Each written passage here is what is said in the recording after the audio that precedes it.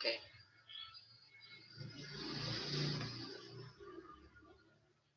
Ya, teman-teman semua, di pertemuan 7 ini, ya. Ini pertemuan 7 RPS ya, bukan pertemuan 7-nya kita. Sengaja aku satu pertemuan lebih cepat supaya di pertemuan terakhir kita bisa fokus bahas soal, gitu ya.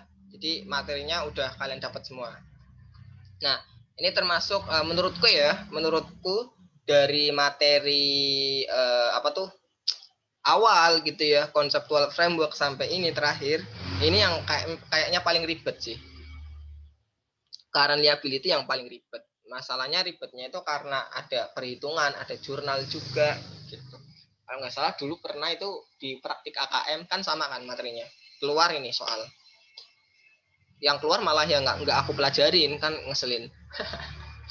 Ya udah ngarang, jurnalnya ngarang.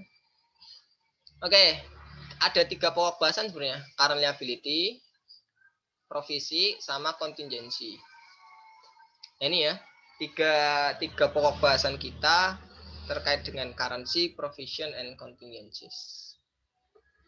Nah, kita ke subbahasan langsung aja deh yang pertama. Di sini nggak ada contoh soal ya, karena mohon maaf ya, aku belum ngebikin.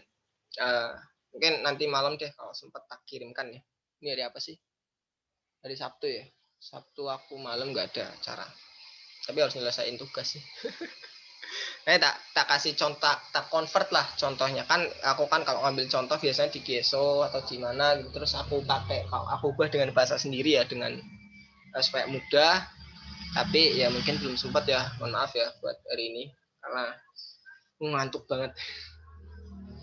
Jadi kita fokus ke teori, kita teori semua dulu, nanti kita coba ngebedah soal Geso. Sebenarnya bagaimana cara memahami PPT Geso yang sebenarnya mudah kalau menurutku ya. Cuma mungkin karena kalian belum tahu triknya gitu ya. Jadi kesannya kayak susah, ribet, bertele-tele gitu. Termasuk dari ilmu ini aku juga ngebaca PPT-PPT lain yang emang bahasa Inggris ya.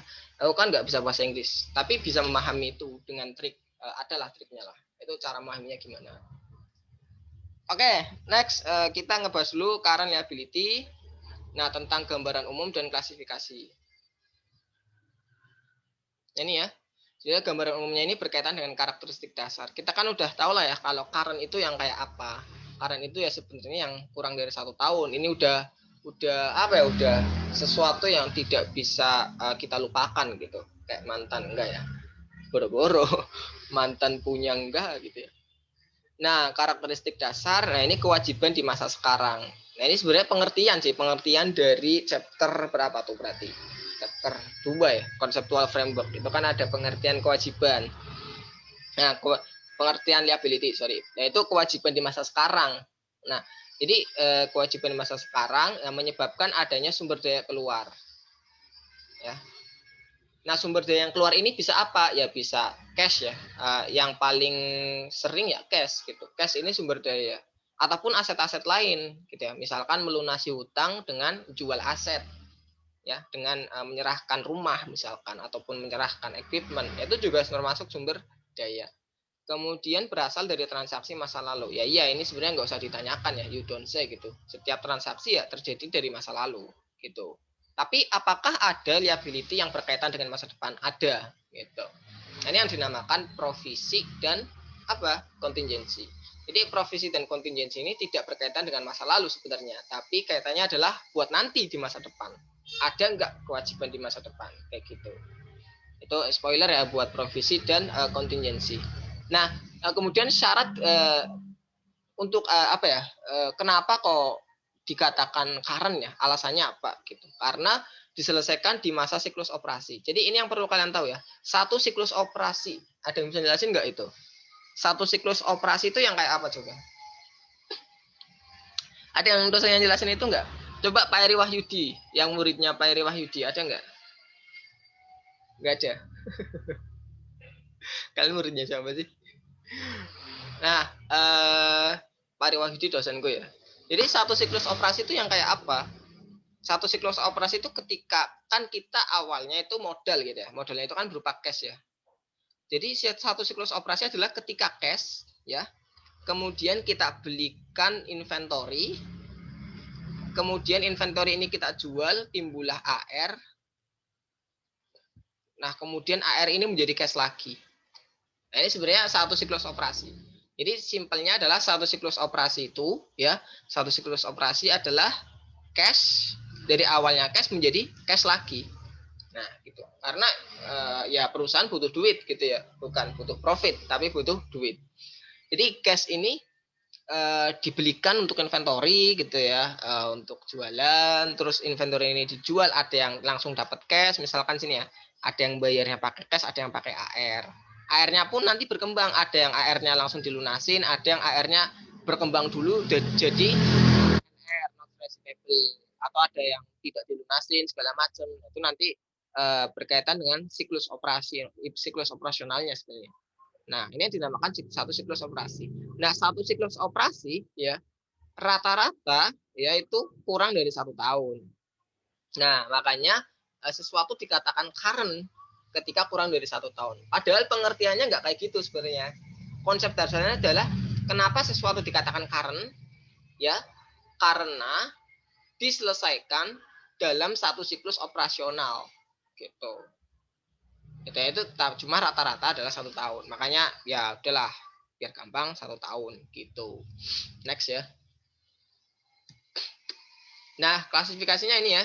Ini kan mungkin ada sebagian akun yang emang kalian udah paham. Ada akun payable, ini nggak usah dijelasin ya, udah sering ketemu. Notes payable, kemudian current maturities of long term debt, short term expected to be refinanced, dividend payable ya, customer advance and deposit, unearned revenue, sales and value added tax payable, sama employee related liability. Ada berapa nih? 1, 2, 3, 4, 5, 6, 7, 8, 9. 9 ya? Oke, 9. Kok cuma 9? Apakah ada lagi? Ada gitu ya. Jadi nggak cuma 9 sebenarnya, banyak. 1, 2, 3, iya benar 9. Setahu kayaknya 8 deh, nggak tahu. Aku nambahin apa ya? Oke, jadi bisa berkembang yang namanya current liability ini. Contohnya tadi ya, ada akun yang namanya apa? Do from customer. Nah, ini kan dicatat dari sisi faktor sebenarnya. Dicatatnya. Nah, ini ya. Nah, ini juga diakui sebagai current liability. Terus ya banyak lah ya current liability lain. Nggak cuma ini sebenarnya. Next ya. Nah, ada akun payable. Akun payable ini apa? Ya kita udah tahu ya, utang usaha sebenarnya. Ya mau disebut utang dagang juga nggak apa-apa. Makanya dalam suatu laporan perusahaan lain gitu ya, ada yang menyebutnya sebagai trade payable. Nah, ini sama aja sebenarnya, reverse to-nya sama ke akun payable. Nah, ini makanya berhubungan dengan perdagangan gitu ya. Maka bisa muncul ketika apa? Ketika penerimaan jasa, barang jasa tetapi belum dilakukan pembayarannya. Ya misalkan kita beli inventory ya, kita udah nerima inventorinya gitu ya, tapi kita belum bayar. Berarti kan jurnalnya inventory pada akun payable. Misalkan 10.000. Kan gini ya. Gampang ya. Misalkan nanti ada syaratnya adalah 2/10. Kalau ngelunasin ya kita dapat diskon. Itu sama lah. Itu kita nggak usah ngulang lagi. Terus ada notes payable. Notes payable ini ya kita kan udah belajar notes receivable ya kemarin ya. Ya sama, notes payable ini sebenarnya utang gitu ya. Kalau notes receivable piutang, payable maka utang. Ya, janji tertulis. Macamnya juga sama, ada interest bearing notes, ada zero interest bearing notes. Caranya gimana Kak? Yang ini dua-duanya? Ya sama kayak receivable, cuma dilihat dari sisinya doang. Gitu ya. Jadi semisal kita punya notes receivable deh, notes receivable gitu ya. Notes receivable pada cash kan gini. Nah, kita minjemin orang misalkan.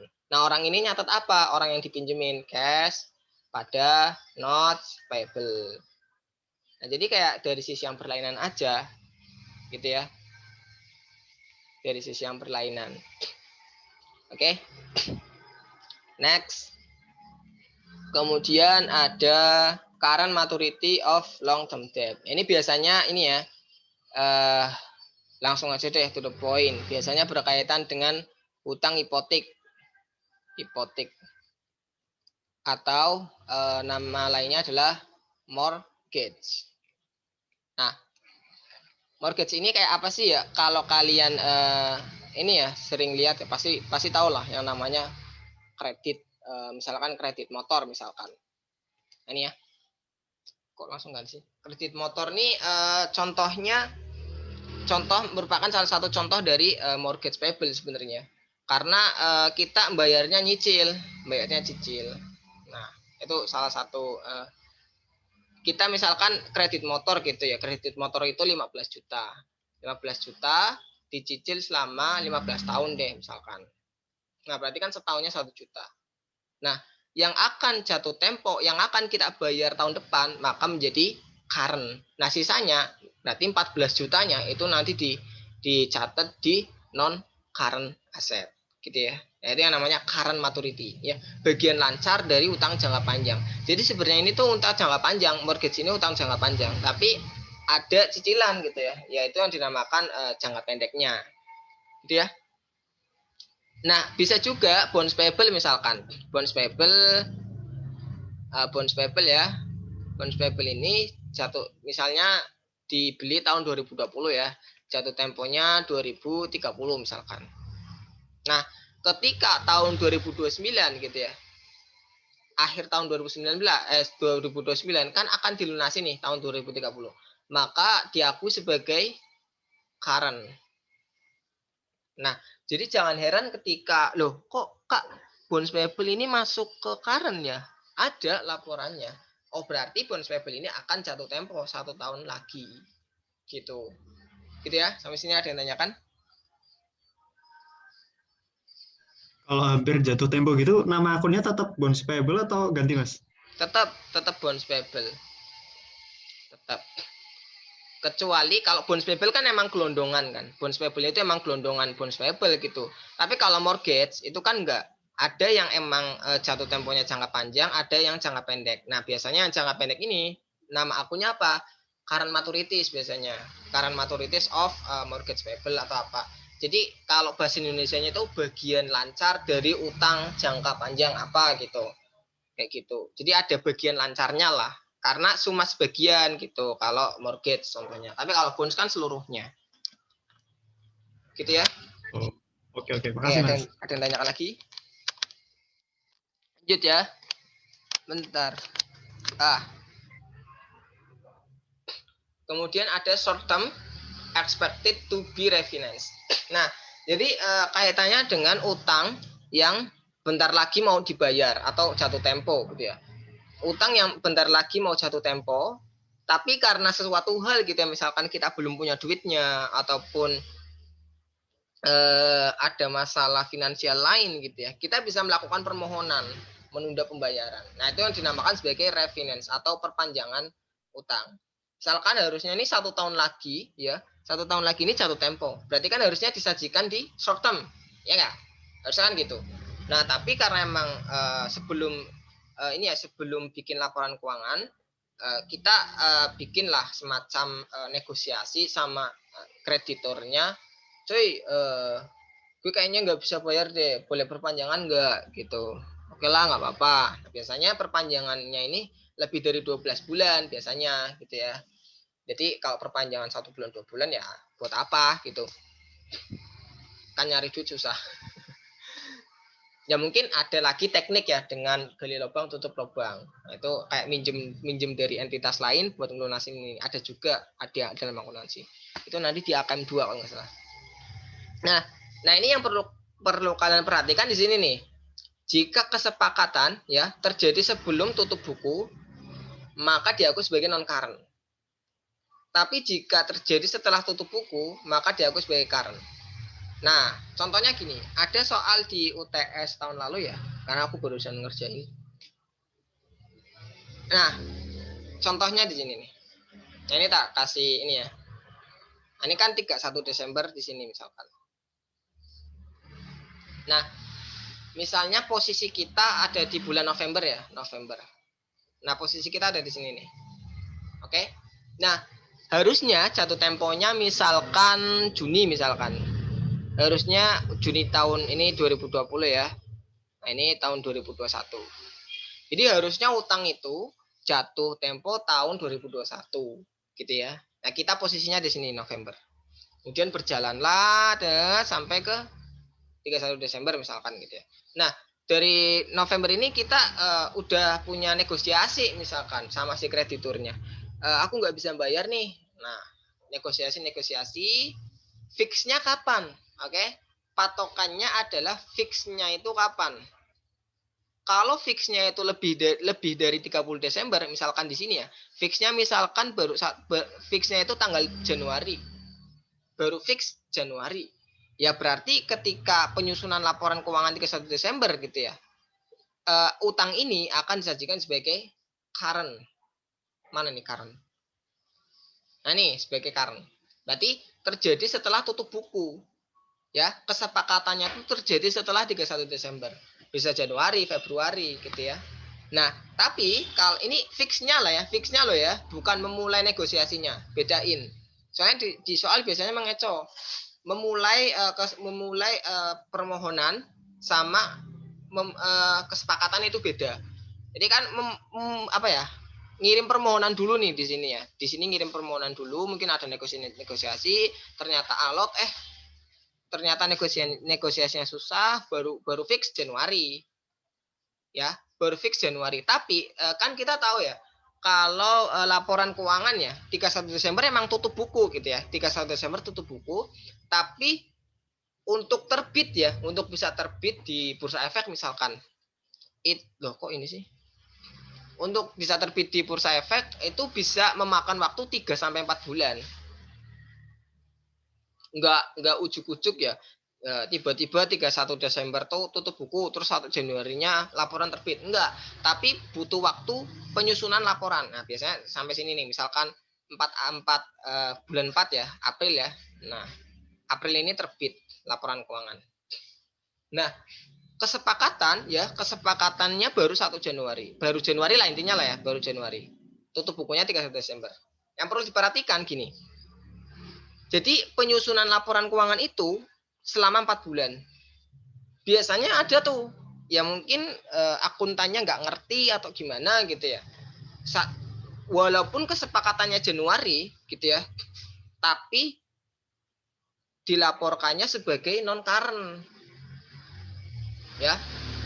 Harusnya apa? Harusnya itu kan current. Karena ketika tutup buku dia statusnya itu masih current karena akan jatuh tempo Juni. Tapi ada tuh praktiknya adalah yaitu praktik yang salah sebenarnya. Kesepakatannya Januari. Mumpung gitu ya, kayak mentang-mentang laporan disusun April gitu ya. Dia mengakui ini dianggapnya itu dianggapnya sepakat terus utangnya diperpanjang berarti dilaporkannya di non current. Nah, itu salah ya, salah. Jadi patokannya bukan terbitnya laporan. Baik lagi ya. Berarti ada 2 patokan. Patokannya adalah ketika fixnya itu kapan, ya fix kesepakatannya kapan, kesepakatan terjadi itu kapan. Kemudian patokan yang kedua adalah tutup bukunya kapan, bukan terbitnya laporan keuangan. Gitu ya.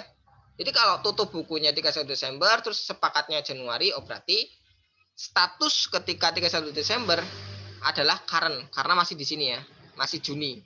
Nah, semisal kesepakatannya deal misalkan 30 Desember. Udah deal nih 30 Desember. Nah, berarti kan sebelum 31 Desember tutup buku kan. Karena udah deal misalnya perpanjangan 2 tahun. Nah, berarti kan jatuh temponya bukan Juni 2021 lagi.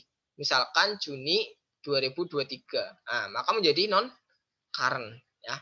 Makanya patokannya adalah tutup buku dan belum. Nah, apakah belum tutup buku, apakah sudah tutup buku. Gitu ya, sampai sini ada yang tanyakan? Ada yang tanya nggak? Nggak ada, jelas ya? Enggak, kayak kendor deh. Lubang USB-nya kendor. Oke. Next ya. Kemudian ada dividend payable. Ini kalian udah tahu lah ya, kalau kita kalau kita bagiin dividen gitu ya. Kan jurnalnya kan cash dividen ya, atau RE sama aja, cash dividen atau RE pada dividen payable. Nah, dividen payable ini itu termasuk apa? Termasuk current. Nah, biasanya dalam waktu 3 bulan itu dibayarin. Bahkan nggak sampai 3 bulan gitu ya. Aku nanam saham di Unilever, di Telkom gitu ya. Itu dividennya tuh paling ke atas bulan, paling berapa hari lah, berapa puluh hari gitu. Ada gitu ya. Terus, nah ini yang perlu diperhatikan nih. Jika ada dividen saham preferen gitu ya. Saham preferen kan yang tidak diumumkan pada tahun bersangkutan, maka tidak diakui sebagai dividen payable. Nanti kalian akan belajar di AKM 2 ya. Nanti saham preferen ini ya mungkin ada yang kumulatif gitu ya, ada yang kumulatif, ada yang non kumulatif gitu ya. Nanti maksudnya apa gitu ya. Tapi intinya gini. Sederhananya gini loh ya, sederhananya gini. Tapi suatu saat pernyataan ini bisa diralat karena lebih kompleks, ada kumulatif, non kumulatif ya. Tapi sederhananya kayak gini. Kalau kamu cuma punya saham ordinary ya, kamu nggak punya prioritas buat dibagiin saham, gitu ya. Jadi ya udahlah masa bodoh, wong ordinary tok gitu loh. Jadi kayak mau bagi ya perusahaan terserah mau bagi ya enggak, mau bagi ya monggo, enggak ya juga enggak masalah gitu ya. Nah, tapi kalau dividen preference, nah ada kebijakan. Kalau yang kumulatif gitu ya, kalau yang kumulatif, semisal tahun 2017 itu enggak dibagi, enggak ada dividen. Nah, kemudian 2018-nya itu bagi dividen. Berarti 2018-nya itu nanti double gitu ya. Double. Double-nya karena apa? Karena 2017 belum dibayar. Jadi nanti dimasukin ke sini. Semisal tiap tahun ya, kalau dividen preference kan sahamnya dividennya kan tetap gitu ya. Kan pakainya persentase. 10% atau 8%, mirip-mirip kayak bunga lah. Nah, itu nanti semisal 2017 harusnya tuh dapat 10.000 gitu ya. Tapi nggak dibagi gitu ya, karena perusahaan nggak ngumumin dividen, nggak pengen ngumumin dividen. Maka kalau kumulatif gitu ya, 2018 berarti dia akan dapat 20.000. Nah, si pemegang saham ini, gitu ya. Cuma yang perlu diperhatikan, walaupun bayarnya double di 2018, dividen preference itu tidak diakui sebagai dividen payable. Ya, jadi kan sebenarnya kan perusahaan punya tanggungan 10.000 kan di tahun 2017, ya nggak? Karena akan dibayar double tahun 2018-nya. Tapi untuk dividen ini nggak diakui sebagai dividen payable, gitu ya. Jadi nggak diakui tuh dividen preference buat sebagai dividen payable, enggak. Diakuinya ketika kapan? Ketika declare. Kita harus ingat konsepnya. Ketika diumumkan. Oke? Sampai sini ada yang tanyakan? Jelas ya? Nah, kemudian ada customer advance and deposit. Nah, ini berkaitan kayak uang muka lah, uang muka. Ini uang muka nih. Atau deposito uang dari customer, dari pelanggan. Contohnya kita punya sewa nih. Kita punya gedung pengen disewain gitu ya. Terus ada pembeli yang pengen sewa gedung. Ya, bisalah biasanya dikasih uang muka atau uang tanda jadi. Ya, tanda jadi dulu. Nah, ini yang sering terjadi sih dalam transaksi bisnis ya. Kayak misalkan mau sewa gitu ya. Misalkan mau sewa, nah itu ada tanda jadinya. Misalkan kalau bahasa Jawanya itu panjer. Nah, bahasa Jawanya panjer. Atau ya mirip-mirip uang muka atau tanda jadi. Itu dimasukkan sebagai liability juga, customer advance and deposit. Gitu ya. Inilah uang mukanya supaya ini ya benar-benar kita sepakat dealnya itu dibuktikan dengan uang muka itu. Misalnya sewanya 10 juta, uang mukanya 1 juta gitu kan bisa. Itu diakui sebagai liability. Next, kemudian ada sales and value added tax payable. Copot lagi. Lama-lama emosi sama lubang USB. Bentar ya.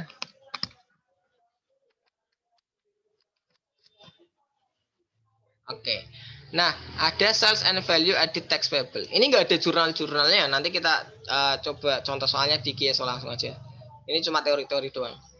Nah, berupa ini utang pajak penjualan sama PPN. Ini beda ya, pajak penjualan, sales tax payable sama PPN.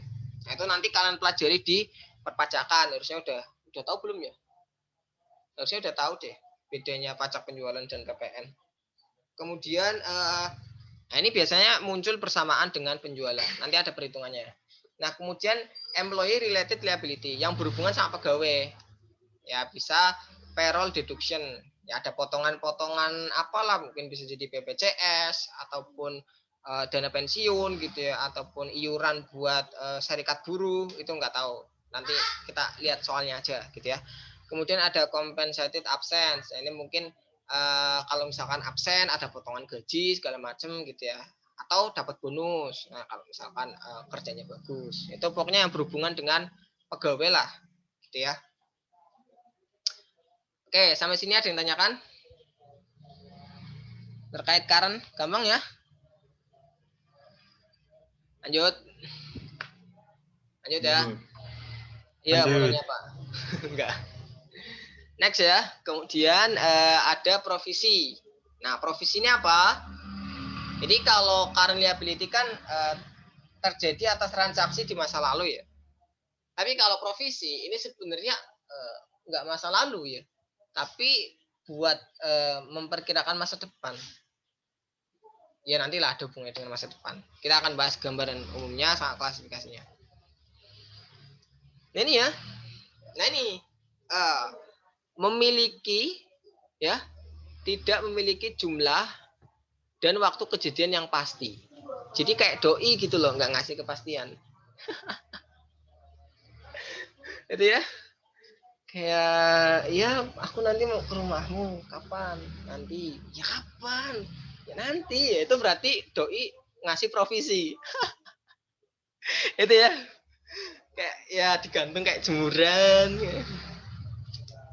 Ketika aku lulusnya kapan? Ya kalau skripsinya udah selesai. Skripsinya selesai kapan? Ya kalau udah lulus. Lulusnya kapan? Kalau skripsinya selesai. Bolak-balik terus. Itu ya, jadi nggak pasti. Jadi dia sebenarnya utang gitu ya, sebenarnya tanggungan ya, tanggungan tapi dia memiliki jumlah yang tidak pasti, ya, tidak pasti. Waktunya juga nggak pasti. Ini kapan nih? Kapan bakal terjadi? Ini kita nggak tahu, gitu ya. Nah nanti ada kontingensi, ya kontingensi lebih nggak jelas lagi, gitu loh. Lebih nggak jelas. Ya mungkin kalau ukuran doi ya, mungkin ini ya aku nanti mau ke rumahmu, ya mungkin 5 tahun lagi, ya mau ngapain? Minta sumbangan buat bangun masjid. Ternyata dia jadi takmir. Ya kan bisa jadi kan. Nah itu ya. Atau yang kontingensi ya berarti itu yang tadi doinya itu provisi. Doiku adalah seorang provisioner. Kayak keren banget judulnya, bikin cerpen. Terus kalau misalkan kontingensi itu lebih nggak jelas lagi. Ya, misalkan aku mau ke rumahmu kapan? Ya kapan-kapan lah gitu. Ya, itu lebih nggak jelas. Gitu ya. Nah, doiku adalah seorang kontingensioner. Kayaknya keren banget ya, provisioner. Nah, syaratnya apa? Syarat kita bisa mewakili provisi adalah yang merupakan garansi produk. Nah, ini nanti ada kaitannya. Nah, nanti ada kaitannya dengan salah satu provisi, itu nanti kaitannya sama waranti. Nah, waranti ini bentar nge-lag. Nah, waranti ini nge-lag lagi. Waranti ini sebenarnya garansi ya. Nah, jadi bedain ya. Bedain guaranti sama waranti, sama satunya lagi green tea. Ya, ini beda gitu ya. Tiganya ini beda. Nah, kalau guaranti ini kaitannya dengan jaminan, ya jaminan. Kayak misalkan penjualan piutang kemarin ya, with guaranti, without guaranti. Sebenarnya terjemahannya tuh bukan dengan garansi dan tanpa garansi, tapi dengan jaminan atau tanpa jaminan, gitu ya. Sebenarnya kayak gitu. Ya bahasa Indonesia emang rada-rada nge-lag gitu ya, nge-lag, rada-rada aneh gitu ya. Tapi kalau waranti itu adalah garansi yang kita kenal. Contohnya garansi dalam produk, misalnya kita beli laptop dapat garansi 2 tahun. Yaitu maksudnya itu waranti, bukan guaranti. Ya. Jadi kalau garansi yang ada di produk-produk itu kayak kita beli HP, kita beli laptop, kita beli kulkas, garansi 10 tahun misalkan. Atau ada tuh garansi seumur hidup. Nah, seumur hidup ya kalau udah mati gimana? Ya udah berarti garansinya habis. Nah, ini yang waranti, berarti kaitannya dengan waranti, bukan bukan yang gua Rantini, bukan. Ya, jadi emang ada penerjemahan yang berbeda. Nah, kalau green tea, ya, kalau green tea, ini minuman ya, ini minuman. Ini minuman, beda lagi. Oke, gitu ya. Nah, kemudian ya ini adanya kemungkinan. Nah, masih mungkin gitu ya. Kemungkinan keluarnya sumber daya di masa depan. Ya. Jadi kita nanti Kita nanti mengestimasikan best estimate ya. Jadi kita mengestimasikan tapi harus bagus ya, harus dengan the best gitulah. Nah, nanti kita estimasi kemungkinan akan ada sumber daya yang keluar di masa depan. Kemungkinan kayaknya bakalan ada gas keluar deh, gara-gara kita punya provisi apa gitu ya. Nah itu nanti ada macam-macamnya, gitu ya. Ada yang mau nanya nggak? Aduh, jadi haus. Pengen minum green tea. Tapi mahal 6.000, lebih murah Javana 3.000. Itu ya. Nah, klasifikasinya ini ada berapa nih? 1, 2, 3, 4, 5, 6. Ya mungkin dalam kehidupan nyata bisa lebih ya. Nah, ada litigasi. Ini berkaitan sama hukum lah. Berkaitan dengan hukum. Atau nama lainnya itu lawsuit. Kalau di Keso bilangnya. Kemudian ada warranty provision. Ya, ini yang artinya adalah garansi. Garansi kayak yang ada di produk gitu. Kemudian adalah consideration payable. Ya, ini nanti kayak apa gitu ya. Kemudian ada environmental provision, itu seperti apa. Ada risk contract provision dan restructuring provision. Itu kayak apa sih? Nah, langsung aja ya. Nah, ini litigation provision.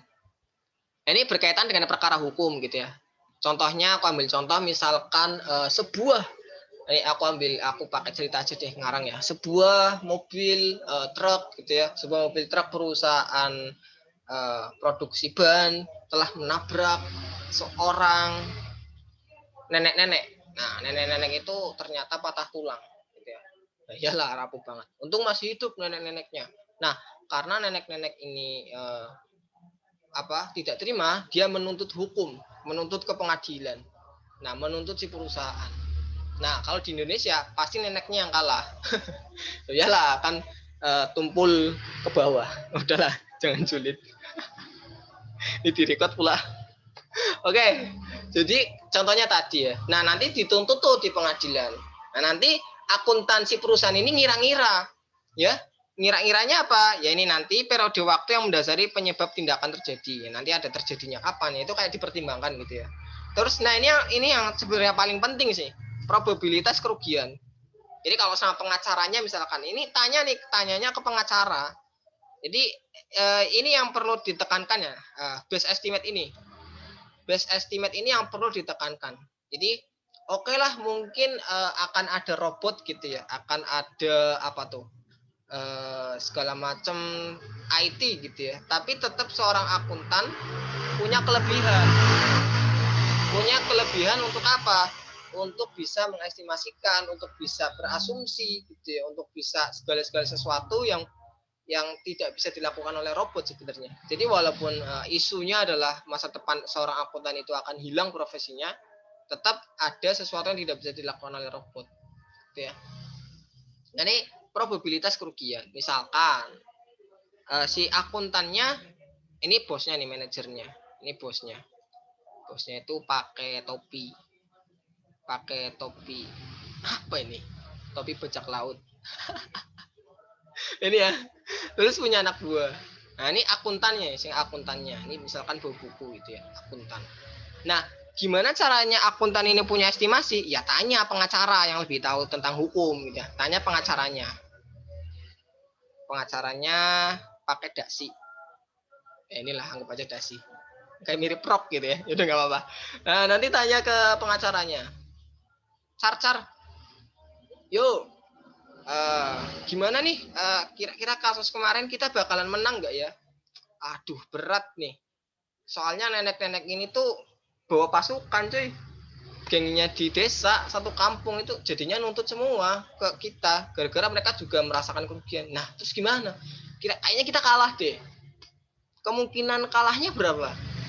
Ya, mungkin kita kemungkinan menang tuh cuma 30% misalkan gitu.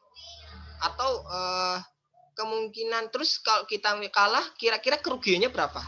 Nah, misalkan yang dituntut sama si nenek-nenek sih 10 juta sih gitu. Yang dituntut itu 10 juta. Ya udahlah. Nah, oke deh, makasih infonya. Nah, nanti seorang akuntan ini bikinlah estimasi. Bikin estimasi. Oke lah, bos, kayaknya kita bakalan ada kerugian deh. Gara-gara kita kemungkinan kalah di pengadilan. Ya. Nah, berapa? 8 juta, misalkan gitu ya. Ya udah diprovisiin aja. Nah, maka diakui sebagai expense dulu. Diakui sebagai expense, nah nanti jurnalnya adalah expense pada liability. Ya, litigation expense pada litigation payable atau litigation liability. Nanti jurnalnya tak liatin, gitu ya. Nah, ternyata bener nih. Oh iya bener, perusahaan kalah, gitu ya. Berarti terus kerugiannya misalkan 8 juta, bener seperti apa yang diestimasikan. Oh, berarti akuntannya top gitu ya, pengacaranya juga top, karena pandangannya bener nih, prediksinya bener. Tapi semisal ternyata malah menang, ternyata malah menang gitu ya, ternyata malah menang dan nggak ngeluarin duit gitu ya. Nah, kalau menang apa yang terjadi? Manajer marah-marah, ke akuntan, woi lu bener nggak nih ngestimasiin gitu. Lah bener bos, kata pengacaranya kayak gini. Wah parah lu, nyatanya kita menang. Kenapa manajer marah? Karena jurnal ini nggak bisa dibalik gitu ya. Semisal menang, ya udah nggak bisa dibalik litigation payable pada litigation expense, nggak bisa. Jadi yang namanya provisi kalau udah di-expense-kan ya udah gitu ya, nggak bisa dibalik gitu. Makanya sih manajer itu marah-marah sama si akuntan karena udah terlanjur di-expense-kan gitu ya. Kalau expense-nya banyak, net income-nya sedikit. Padahal kan kinerja manajer itu ditentukan dari tren net income-nya naik atau enggak gitu ya. Nah, makanya si manajer tuh marah-marah sama si akuntannya. Akuntannya marah-marah balik sama si pengacara. Woi, lu jadi pengacara nggak bener loh. Katanya kalah, ternyata menang. Ya, nggak apa-apa. Untung kok kita menang ya. Pengacaranya nggak bagus. Gitu ya, itu sedikit cerita. Nah, jadi seperti itu. Sama aja kayak waranti. Ya, dalam hal ini garansi ya. Garansi untuk kekurangan suatu barang yang dijual oleh perusahaan. Nah, nanti kasusnya sama. Nah, jadi manajer ya. Tanyanya ke siapa nih terkait garansi? Oh iya, bukan manajer ya, tapi akuntan, akuntan. Nah, akuntan ini tanyanya kemana buat garansi? Ya tanya ke kepala produksi, gitu ya, yang mimpin divisi produksi misalkan. Tanyalah sama divisi produksi, cuy, ini kira-kira ya garansinya itu bakalan diklaim berapa nih, misalkan kita produksi 1000 ya, misalkan kita produksi 1000 barang, kira-kira yang bakal dibalikin tuh berapa sih, atau yang bakal ngeklaim garansi itu berapa. Nah, ini tanya sama si bagian produksi. Kalau ini sih ini dia punya data cost accountingnya. Kayaknya sih cuma 10 deh. 10 berarti berapa persen nih? 1% ya? Berarti 1%. Oke lah 10. Nah, nanti si akuntan ini mengestimasikan pakai best estimate 1%. Bener nggak ya? Mungkin bisa jadi pengalaman tahun lalu. Pengalaman tahun lalu nggak 1%, cuy. Pengalaman tahun lalu malah yang ngeklaim 2%. Ada 20 barang yang dibalik gitu ya. Harus dibenerin sama perusahaan. Udahlah, mungkin pertimbangan dibikinlah 1,5%. Nah, lapor ke bosnya. Bos, ini ada garansi waranti 1,5%. Bener nggak lu? Ini misalnya akuntannya sama ya kayak hukum. Bener nggak lu? Lu kemarin aja salah estimasian. Ya maaf bos, kemarin kan pengacara kita emang on gitu ya. Ini aku percaya sama kepala produksinya, dia orangnya handal. Nah, terus ternyata benar gitu ya. Jadi wah bagus gitu ya. Sesuai dengan yang diprediksikan. Jadi harus best estimates. Ini yang poin penting dari provisi sebenarnya. Gitu ya. Nah, nanti juga sama, jurnalnya expense pada liability atau payable gitu ya. Warranty expense pada warranty liability. Jadi jurnalnya hampir mirip-mirip ya untuk provisi ya, yaitu expense pada payable, dan expense pada payable ini nggak bisa dibalik, makanya harus menggunakan best estimate. Nah itu ya. Nah buat warranty itu ada dua, ada assurance ya, ada service. Bedanya apa? Nah simpelnya seperti ini. Kalau assurance gitu ya, itu udah melekat di produk. Misalkan ini produknya itu berupa kulkas gitu ya. Nah kulkas ini antenanya. Oh berarti TV bukan kulkas. TV ya produknya TV. Nah di dalam kardusnya biasanya ada tulisannya atau di dalam kardusnya itu ada semacam selebaran ya, yaitu kartu garansi 10 tahun misalkan, yaitu yang namanya assurance type warranty, jadi melekat pada produk. Tapi kalau service type warranty itu dijual secara terpisah, misalkan beli kulkas garansinya 2 tahun. Nah si perusahaannya nawarin, bro, kalau lu nambah 100.000 ya, kalau lu nambah 100.000, masa garansi lu bertambah bukan 2 tahun, tapi jadi 4 tahun. Berarti lu bakalan dapat tambahan 2 tahun. Nah, berarti yang garansi 2 tahun ini dia sebenarnya adalah service type warranty. Dia jualan jasa sebenarnya. Jualan jasa garansi. Gitu ya. Oke, ada yang tanyakan? Seru ya kayaknya ya, enak banget ya. Kak, kenapa nggak bisa dibalik? Ya kalau dibalik nanti tumpah. Bakso dibalik gimana ya? Tumpah lah. Enggak ya, emang peraturannya gitu ya, nggak bisa dibalik ya. Nggak bisa dibalik. Karena ya itu emang peraturannya emang apa ya, PSAK-nya atau IFRS-nya seperti itu.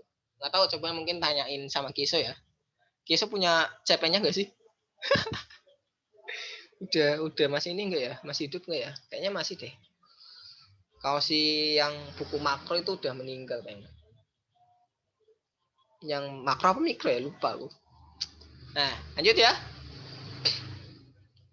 Ya kok nggak bisa lanjut? Iya. Oke. Nah ini ya.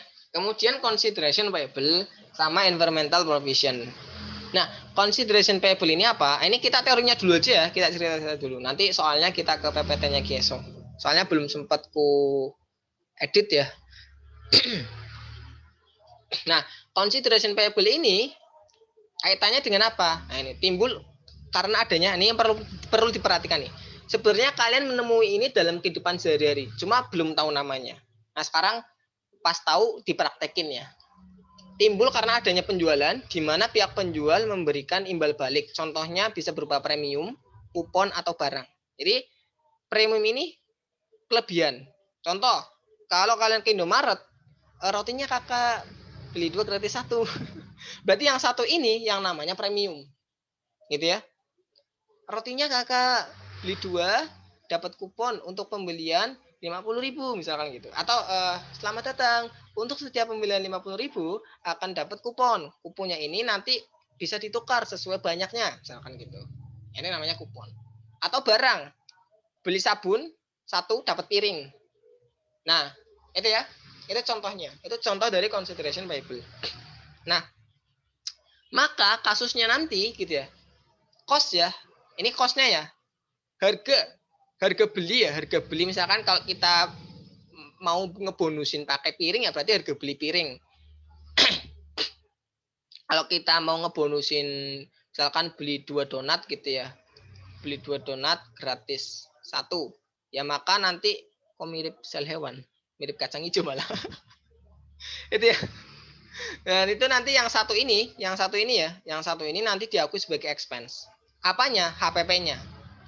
Nah, nanti tak kasih tahu. Tapi ini teorinya dulu, gitu ya. Ini contoh-contohnya. Premium tadi beli 2 gratis 1, beli Starbucks 5 dapat 4. itu bukan consideration, itu korupsi berarti ya. Nah, berarti beli 5 nanti dapat 6 misalkan gitu. Kelebihannya tuh termasuk premium. Kalau kupon kan ada tuh di supermarket voucher ya, berupa voucher biasanya ada nilainya 50.000, tapi harus digunain buat belanja, nggak bisa ditukarkan dengan uang. Nah itu contohnya. Kalau barang kayak yang familiar aja, kita beli sabun, sabun apa, sabun Soklin atau Rinso nanti dapat piring.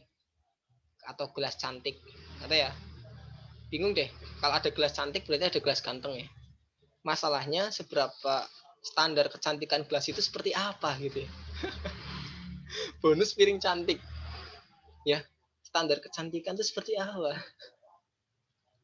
Mungkin Doni bisa menjawab. Standar kecantikan sebuah piring. Kayaknya piring itu suka pakai skincare. Oke, sebelum tambah error ya.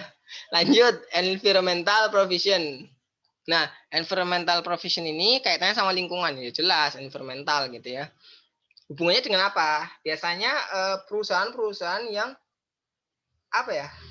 Pertambangan gitu ya. Contohnya perusahaan-perusahaan yang bergerak di bidang pertambangan, di bidang pengeboran ataupun bisa apalah, pokoknya berkaitan dengan alam gitu ya. Yang berhubungan langsung dengan alam. Dan biasanya pengendalian banget sih ini sih. Karena kan alam dijaga benar-benar gitu ya. Kayak kita mau apa gitu, mau ngebor batu bara misalkan. Itu kan Freeport itu kan gunung ya sebenarnya ya. Sebenarnya gunung emas. Tapi setelah dikeruk sampai kayak gini ya. Nah, itu kan sebenarnya environmental juga, ada profesinya juga itu, tetapi nggak tahu ya praktiknya gimana ya, kan katanya banyak kasus. Nah ini ya, contohnya misalkan pengeboran, ini idealnya aja deh, kita nggak usah bilang di kenyataannya ya. Kalau kenyataannya kan banyak KKN ya, kolusi, korupsi, nepotisme segala macam. Tapi ini idealnya aja. Idealnya misalkan ada perusahaan gitu ya, perusahaan pengeboran batu bara misalkan dalam sebuah lahan. Misalkan dalam lahan ini ada batu bara nih sekian, batu baranya sekian. Nah, ini kan masih rata kan awalnya. Ini kan harus dibor dulu ya, harus dibor atau dicangkul atau diapalah, pokoknya diambil batu baranya. Nah, buat pengeboran kan biasanya butuh alat gitu ya, butuh alat, misalkan alat bor. Nah, ini alat bornya, alat bor gitu ya. Kemudian ada truknya, misalkan alat beratnya, alat beratnya, alat beratnya. Ini misalkan ininya lah ya. Ya itulah gampangnya gitulah. Ini alat berat, bulldozer segala macam gitu ya. Kemudian beko, apalah pokoknya alat berat. Nah, biasanya perusahaan ini dalam menjalankan bisnis pertambangan gitu ya, itu nanti punya existing legalnya. Ini ya, punya existing legal. Artinya seberapa lama perusahaan ini ya mengambil sumber daya di tempat itu. Nah, ini contohnya Freeport gitu ya. Freeport itu ditandatangani waktu zaman Soeharto deh. Nah, baru berakhir kemarin-kemarin kayaknya. Terus diperpanjang gitu ya. Diperpanjang sama pemerintah Indonesia. Nggak tahu kenapa gitu ya. Itu yang namanya existing legal. Nah, jadi ada batas maksimum, batas perjanjian lah ya, batas perjanjian buat pengeboran gitu ya. Buat mengambil sumber daya. Nah, kalau existing legal ini misalnya 5 tahun gitu ya, existing legalnya 5 tahun. Kamu boleh, kamu sama pemerintah ya, ini kaitannya dengan pemerintah. Kamu boleh ngebor di sini, tapi selama 5 tahun aja ya. Habis itu kamu perbaiki lingkungannya. Oke. Nah, setelah 5 tahun peralatannya dipindahkan. Jadi yang bor ini dicopot, kemudian bulldozernya minggir-minggir gitu ya, kemudian ada sampah-sampah industri itu dibuangin ya. Terus lingkungan bekas pengeboran harus diperbaiki. Idealnya itu ditimbun balik gitu ya. Kan ini habis dibor kan biasanya cekung gitu ya. Nah, itu harus ditutup balik biar rata kembali gitu ya. Idealnya harusnya kayak gini yang namanya environmental provision. Nanti bisa ditanami pohon-pohon. Kalau misalkan tadinya itu hutan, pokoknya dikembalikan ke kondisi semula, gitu ya. Cuma praktiknya itu nggak kayak gini. Karena apa? Karena yang bayarnya pakai duit gitu ya. Environmental provision ini nanti bayar ke pemerintahnya pakai duit. Ya masa ditimbun pakai duit kan nggak bisa. Padahal kalau misalkan nimbun kan beli tanah, kemudian beli bibit, itu mahal kan. Nah, itu kayak ada semacam trade off sebenarnya. Nah, itu nanti kalian pelajari aja lah buat detailnya. Intinya kayak gitu. Jurnalnya gimana? Nanti di Geso. Next ya. Kemudian ada onerous contract provision. Nah, ini apa? Ini munculnya, ini pengertian ribet menurutku. munculnya biaya dari kontrak di atas manfaat ekonomis yang akan didapat. Ya gampangnya apa? Ya penalti lah kalau kalian lihat ya. Ronaldo nendang bola, enggak ya? Bukan yang itu, bukan penalti yang itu ya. Tapi penalti berhubungan dengan utang piutang. Kan biasanya ada tuh, semisal telat atau semisal bayarnya terlalu cepat bisa jadi kena penalti. Nah, penalti ini kan kayak semacam biaya tambahan sebenarnya, biaya dari kontrak di atas. Nah, penalti ini ada dalam kontrak gitu ya. Kalau kamu melanggar ini nanti akan dikenai penalti. Nah, sebenarnya biaya dari kontrak di atas manfaat ekonomis, di atas yang memang haknya gitu loh. Haknya itu yang berupa bisa jadi berupa bunga. Misalnya bunganya 10 juta, kemudian harusnya bunganya itu utangnya 10 juta, tapi karena ada penalti ada tambahan 1 juta. Itu kan melebihi sebenarnya. Nah, itu yang dinamakan onerous contract provision. Ini ya, dimunculkan karena adanya kemungkinan isi kontrak yang sulit diubah ke depannya. Kayak itu ya. Aku mau melakukan perpanjangan, nggak bisa. Harus kayak gini-gini, kena penalti. Banyaklah kasus penalti-penalti kayak gitu ya. Kemudian ada restructuring provision.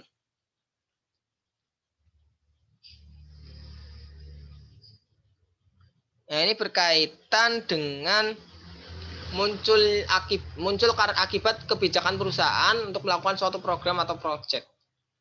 Nah, jadi lebih ke perubahan ya, restruktur provision, kebijakan mempengaruhi nilai secara material. Nah, misalnya ada suatu project gitu ya, atau suatu program ya, yaitu bisa jadi apa ya, mengalokasikan dana ataupun apa gitu ya, bisa bikin provisi juga, kemungkinan adanya kerugian, estimasi segala macam gitu ya. Nah, itu nanti apa ya, karena adanya kebijakan itu gitu ya, dan nilainya mempengaruhi secara material, maka dibikin provisi gitu. Ada kebijakan apalah pokoknya lah, kebijakan bikin project deh, misalkan project di sebuah lahan. Nah, terus harus ada misalkan ada biaya-biaya provisi untuk apa nih ya, bisa jadi kan masyarakat di situ ngamuk gitu ya, nggak mau didirikan pabrik ya, mungkin bisalah dikasih berapa biar diem gitu, uang diem dan kamu gak usah berisik gitu ya. Itu kan ditutup pakai uang mulutnya gitu ya. Itu contoh kasarnya aja. Itu ya, itu kan ya kalau nilainya material gitu ya. Kalau nilainya material banyak gitu ya, ya bikinlah provisi. Kalau nggak usah, kalau nggak banyak, paling cuma 1-2 orang yang rewel, udah dikasih 1 juta juga diem dia. Udah berarti nggak usah dibikin. Gitu ya. Itu berkaitan sama kebijakan sebenarnya. Oke, sampai sini ada yang nanyakan? Enggak ada. Lanjut. Ini lanjutnya udah jelas atau pelongo-pelongo enggak ya? Harus jelas lah. Enggak pelongo-pelongo ya. Kayak aku waktu tingkat 1 pelongo-pelongo di kelas. Kau paham debit enggak? Enggak. Tanya samping kiri, paham kredit enggak? Enggak. Terus kita ngapain? Enggak tahu, enggak paham apa-apa. Itu waktu tingkat 1. Next ya. Nah, sekarang kita ke kontingensi. Kalau current liability kan jelas. Waktunya jelas, jatuh temponya, kemudian nominalnya jelas gitu ya. Tapi kalau provisi ya waktunya rada kurang jelas, jumlahnya kurang jelas juga. Cuma kalau jumlahnya itu masih bisa diestimasi lah. Itu kalau provisi itu masih bisa diestimasi. Bisa menggunakan best estimate. Tapi kalau kontingensi, nah ini ya, kalau kontingensi itu estimasi tidak dapat dipastikan. Sulit gitu ya. Jadi doi sulit ditebak. Mau ke rumah kapan gitu ya. Katanya mau minta sumbangan kok gak datang-datang, ditunggu. Itu ya. Nah, ini biasanya loh ya, biasanya. Tapi dilihat kasusnya nanti. Biasanya contingency liability ya, itu tidak diakui dalam SOFP. Tapi nanti biasanya ending fixnya adalah nanti tergantung klasifikasi. Masuk atau enggak itu nanti tergantung klasifikasinya. Nah, klasifikasinya nanti berdasarkan apa? Berdasarkan probabilitas kemungkinan terjadi. Aduh, aku ini ya, baca probabilitas jadi ingat matkul statistika, belum paham. 1 minggu lagi UAS. UTS maksudnya. Kayak pusing banget apa nih.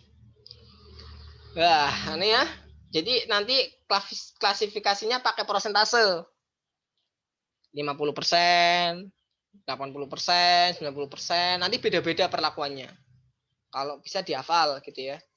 Nah, nanti alasannya kenapa kok nggak dicatat untuk yang ini ya, tidak diakui ya. Kenapa kok nggak dicatat? Nah, karena hanya berupa kemungkinan yang tidak pasti, yang pokoknya yang tidak pasti banget lah. Dan belum tentu terjadi arus kas sumber daya di masa depan, arus kas keluar. Belum tentu. Kalau yang provisi kan dia udah diperkirakan bakalan terjadi, cuma nggak tahu kapan gitu ya. Tapi kalau ini terjadi atau enggaknya aja nggak tahu gitu loh. Makanya lebih absurd ketimbang provisi. Ini kontingensi. Nah, selain kontingensi liability, itu ada juga kontingensi aset. Nah, kontingensi aset lapornya di mana ya? Di aset. Kontingensi liability laporkannya di liability. Nah, klasifikasinya seperti apa? Ini ya. Ini nanti dihafal sih kalau menurutku sih. Jadi ada perlakuan yang berbeda. Ada yang outcome-nya itu yakin nih. Misalnya hakul yakin, ya, sangat yakin lah. Virtually certain, yakin banget. Yakin banget probabilitasnya terjadi itu minimal 90%. Berarti di atas 90%. Gitu ya. Bentar. 1 menit ya.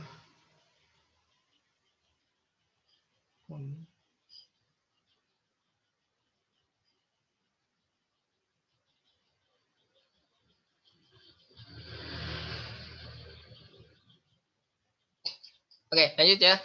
Nah, kalau probabilitas kemungkinan terjadi itu 90% minimal gitu ya. Itu nanti diakui ya sebagai apa? Nah, kalau liability, contingency liability nanti diakui sebagai provisi. Diakui nanti sebagai dilaporkan sebagai liability. Gitu ya. Terus ini bentar. Untuk kontingensi aset dilaporkan sebagai aset. Nah, kemudian untuk probable, nah ini probable kan kalau dalam bahasa Inggris beda tuh. Probable sama possible itu beda. Probable tuh kayak rada meyakinkan sedikit lah, tapi kalau possible tuh lebih nggak yakin. Nggak tahu ya bahasanya susah. Keduanya tuh sama-sama mungkin sebenarnya. Nah, cuma persentasenya beda ini kalau di persentase. 51 sampai 89%. Nah, ini perlu diperhatikan ya. Kalau liability ya itu diakui sebagai provisi. Tapi kalau kontingensi cukup di disclose aja. Di mana? Di CLK diungkapkan. Kenapa kok bisa kayak gini? Karena akuntansi ya mengidap kayak penyakit apa ya? Menganut konsep konvensional. Ya, di mana ketika kerugian diakui buru-buru, tapi kalau keuntungan diakui nanti. Jadi kalau kontingensi aset itu berkaitan sama yang untung nanti. Kalau kontingensi liability itu berkaitan sama yang rugi, expense gitu ya.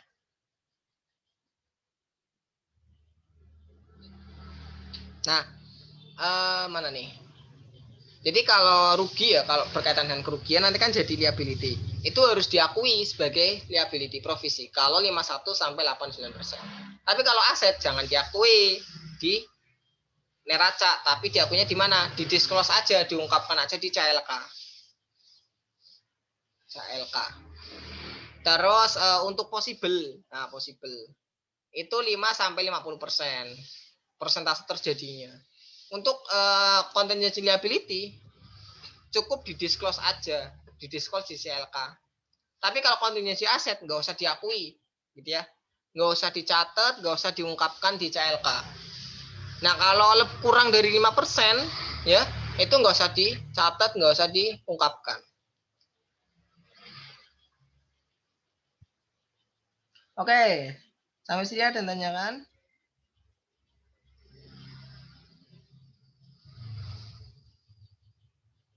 Yang tanyakan nggak? Jelas ya? Kok jelas kita coba ke contoh-contoh jurnalnya deh. Izin Kak. Iya, silakan ke belakang. It, Enggak ya? tetap tapi Ya, Tapi berapapun tetap di jurnal ya, Kak? mana? Yang persen-persen? Maksudnya ya mau berapa persen pun tapi tetap di jurnal kan? Enggak di jurnal. Yang di jurnal berarti yang mana? Yang dilaporkan di Oh. laporan keuangan lah. Berarti yang di jurnal yang mana? Yang ini. Oh. Yang ini, sama yang ini. Berarti kalau disclose itu nggak usah di jurnal, ya. Apalagi yang ini no disclose gitu ya. Sebetulnya kita ngejurnal itu buat apa? Buat disajikan di laporan keuangan kan. Nah, nanti di laporan keuangan ini ada yang dijelaskan di CLK penjabarannya. Jadi kalau untuk ini tak hapus. Mana yang di jurnal? Yang ini ya. Kemudian yang ini. Kenapa di jurnal? Karena dilaporkan di laporan keuangan. Kemudian yang probable, yang liability. Karena dilaporkan. Yang ini di jurnal nggak usah. Yang ini juga nggak usah. Yang ini lebih-lebih nggak usah gitu ya. Jadi kalau di jurnal berarti dilaporkan. Tapi kalau disclose diungkapkan aja gitu ya. Diungkapkan di CLK aja itu nggak di jurnal. Gitu ya. Oke, ada yang tanya lagi? Atau mau izin ke belakang? Silakan. Kadang tuh ada yang ngechat ya. Permisi Kak. Nah, tak jawab silakan lewat. Banyak banget itu. Yang penting lah kalau ngechat aku pakai apa, salam kayak apa kayak gitu ya, selamat pagi atau jangan permisi ya kayak orang lewat, permisi Kak. Ya tak jawab silakan lewat. Terus tak read doang. Nggak dibalas lagi. Ya mungkin karena rada ini ya, rada segan mungkin. Santai aja ya sama aku ya. Tapi ya jangan sesantai, bro. Minta tolong bro, jangan kayak gitu juga. Ya ada lah. Oke, ada yang tanyakan lagi nggak? Lanjut.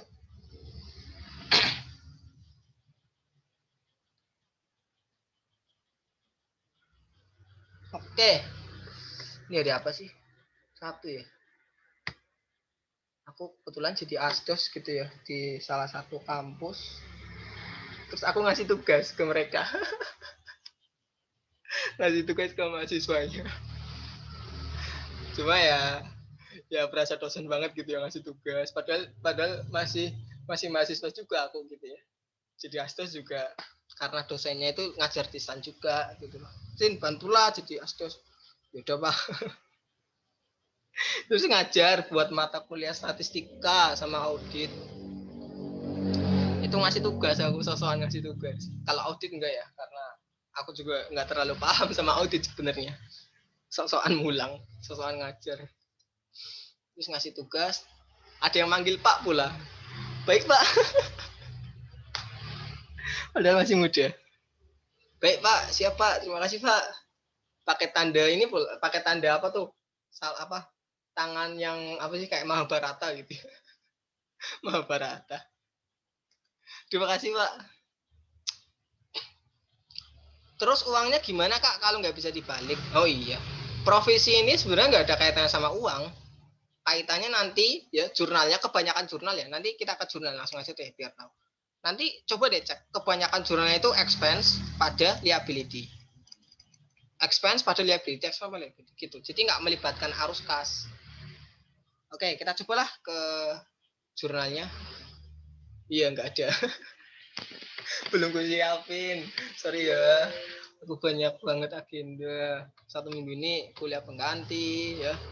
Jadi kita lihat ke ininya langsung ya, Kiesonya langsung ya, semoga paham.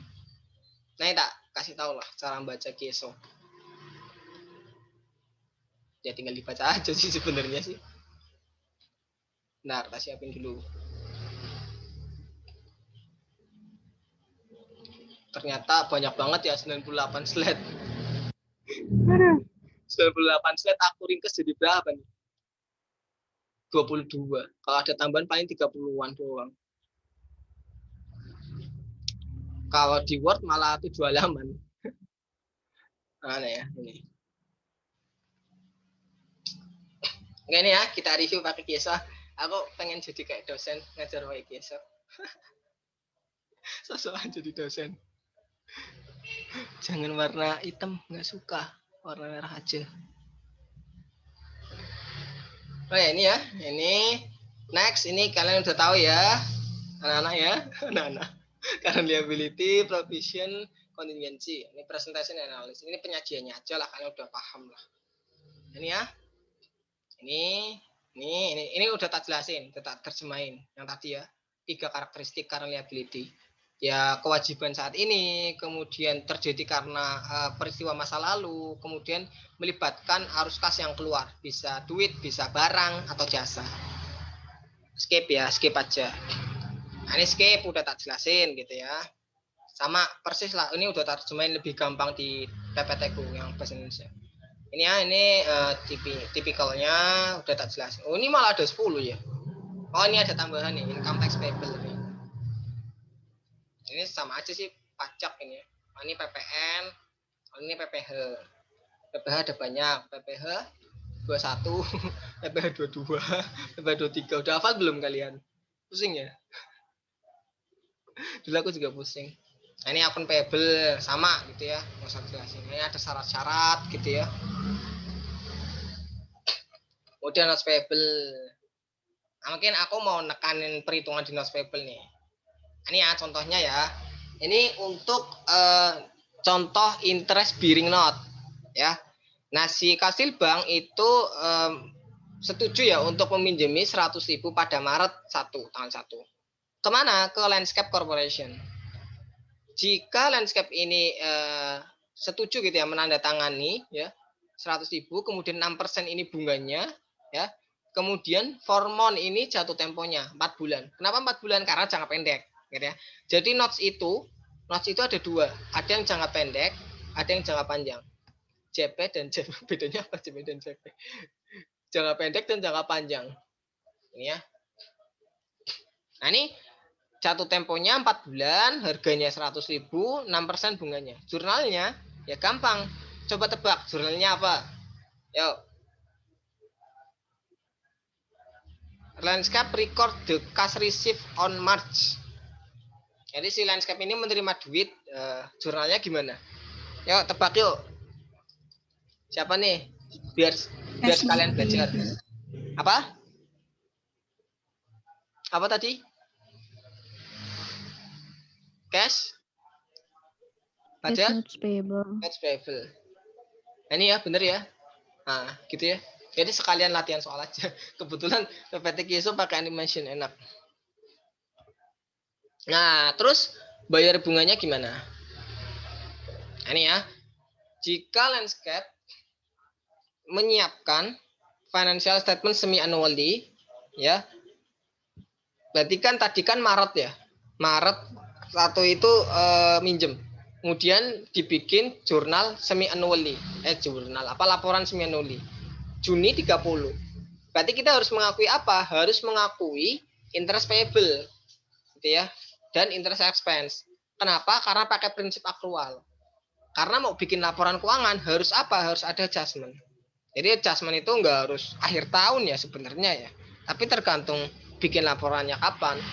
Kan ada laporan semi annually, quarterly gitu ya. Kemudian ada annually, itu yang 1 tahun. Cuma seringnya itu tahunan. Berarti jurnalnya gimana? Ada yang tahu nggak? Berarti berapa bulan nih? Aku tebak deh. Berarti jurnalnya itu interest expense pada interest payable.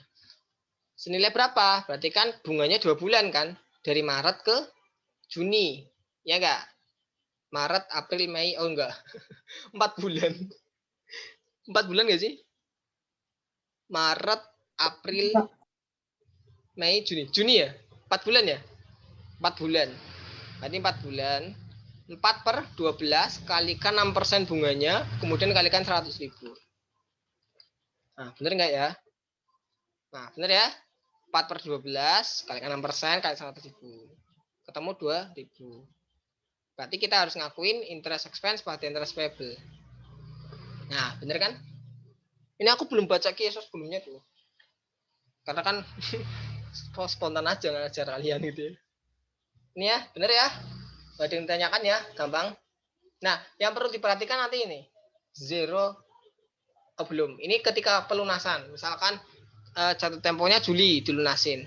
Ya berarti dibayar gitu ya, notes payable 100.000. Interest payable ya, kan masih payable ya, belum dibayar kemarin ya. Nah, itu dibayar 2.000, kemudian ada cash-nya 102. Nah, tahu ya asal-usulnya. Mungkin yang perlu diperhatikan ini, zero interest bearing notes. Oke. Nah, ini nih perlu diperhatikan nih. Jadi zero interest bearing notes walaupun dia jangka pendek gitu ya, tetap dia pakai rumus present value. Oke? Paham ya? Dia pakai rumus present value. Bentar. Jadi misalkan ini misalkan the present value of note is 1.000. Ini misalkan nggak diketahui ya. Ini misalkan nggak diketahui deh. Nah, ini on March 1 landscape issues 102 for month. Untuk 4 bulan zero interest bearing note to Castile Bank. Nah, kan 4 bulan. Nah, ini kalau misalkan present value note-nya nggak diketahui, pasti ada satu data lagi yang diketahui. Apa? Market rate. Misalkan market rate-nya 10%. Maka gimana cara ngitung nilai terbitnya? Jangan kamu langsung tulis 102. Walaupun jangka pendek, gitu ya. Kenapa nggak boleh dicatat langsung? Karena zero interest. Kalau interest kamu catat langsung nggak apa-apa, gitu ya. Karena nggak terpengaruh sama time value of money. Ya kan time value of money-nya itu digantiin sama bunga sebenarnya, bunga yang dibayarkan. Kalau ini kan zero interest. Ya, nanti dipakai rumus present value. Rumusnya gimana? Face value-nya berapa? 102 gitu ya. Dibagi 1 plus I persen. Misalnya market rate-nya 10%. Nah, ini kan setahun kan ya? Setahun, karena ini 4 bulan berarti bagi 4. Bagi 4. 4 bulan for month, berarti bagi berapa? 4 per 12, sorry. 4 per 12, gini. Gitu ya. Kemudian, pangkatkan berapa? Dipangkatkan bukan 1 tahun ya, bukan 1, tapi 4 per 12. Gini ya. Ini nanti ribet lah. Kita ambil contoh gampang aja gini deh. Kita ambil contoh. Ini keluar di soal tahun lalu. Nah, kalau loh, mana? Kursornya hilang. Loh. Ini ya. Jangan dulu. Nah, misalkan ada 100.000 gitu ya, 100.000. Ini ada di soal tahun lalu. Nanti kita bahas deh kapan-kapan. Ya, bukan kapan-kapan ya. Kok aku jadi kontingensi. Nanti Kamis insyaallah. Nah, 100.000 kemudian bunganya market rate 10%, jatuh temponya 1 tahun. 1. Itu nanti di jurnal dihitung fair value-nya 100.000 gitu ya. Kemudian 1 plus 10% pangkat 1. Nanti nilainya kurang dari 10.000. Kurang dari 100.000. Nah, ini yang dicatat sebagai apa? Sebagai nilai terbitnya. Nanti ada amortisasi juga gitu loh. Cuma karena 1 tahun ya berarti bukan amortisasi sih sebenarnya. Kan satu kali doang gitu ya. Nanti ketemu soalnya. Soal nomor berapa itu ya? Ada kok. Nah, kalau ini kita udah diketahui present value-nya gitu ya. Maka yang di jurnal yang mana? Yang 100.000. Ya, cash pada notes payable 100.000. Gampang ya. Nah, anggapannya adalah berarti 2000 ini itu gini alurnya. Jadi 100.000 ini kan nilai terbit. Nah, 102 ini adalah nilai ketika dilunasin. Nilai ketika dilunasin itu 102.000. Jadi harus diapain? Harus diamortisasi sebenarnya. Ini ya. Harus mencatat interest expense and increase in notes payable. Karena kan selalu ingat kalau zero interest itu pasti terbit pada kondisi diskon. Makanya harus ditambah supaya ketika dilunasi sesuai dengan face value-nya. Nah, berarti interest expense pada notes payable 2.000. Gitu ya. Kemudian ketika dilunasin 102. Gampang ya? Sampai sini ada yang tanyakan? Enggak ada ya? Nah, cara bacanya gimana? Aku kalau baca keso tuh paling fokus ke jurnal-jurnalnya. Nggak usah tuh pahami pengertiannya, pahami apanya. Itu kan sebenarnya bisa cari di sumber manapun. Karena kan aku kan nggak bisa bahasa Inggris gitu ya. Sama aja kayak buku akuntansi tingkat 3 AKL. Itu juga aku baca yang penting-penting doang. Kayak pokok bahasan. Jadi ada apa ya? Ada ilmu bahasa Indonesia juga dipakai. Kalau pokoknya ini ya bawahnya nggak usah dibaca, yang penting intinya udah dapet. Itu triknya. Tapi memang susah diterapin sih, harus latihan. Kalau enggak ya dibaca semua. Kan kamu pinter bahasa Inggris. Nah, ini apa? Ini nggak usah, nggak penting. Udah kalian ini udah sering ketemu. Nggak penting. Nah, ini ya, current maturities of long term debt. Oh, nggak ada contohnya ternyata. Sialan kesel. Kemudian ada short term. Ini nggak penting ya, nggak penting, kayak panjang banget ya, pusing. Udah sabu dong. Intinya udah jelas lah yang tadi aku jelasin gitu ya. Ini nggak penting juga. Nah, ini nggak penting. Unearned revenue, ini contohnya unearned ya, banyak ya. Unearned warranty revenue sama warranty revenue. Ini nanti kaitannya sama service type. Service type garansi nanti kita ketemu. Service type warranty. Nanti kita ketemu. Unearned warranty revenue. Next, udah jelasin. Nah, ini kita jelasin deh unearned deh. Karena ada soalnya. Misalkan nih, Sport Magazine menjual 12.000 annual subscription pada Agustus. Untuk satunya itu 18. Kemudian membuat jurnal Agustus tanggal 1. Ya gampang ya, tinggal apa? Tinggal cash pada unearned revenue. Jadi menjual ya. Berarti kita dapat cash, terus kita punya kewajiban. Kenapa? Karena annual selama 1 tahun ini. Kita catat dulu unearned revenue. Kalau dicatat revenue langsung bisa nggak?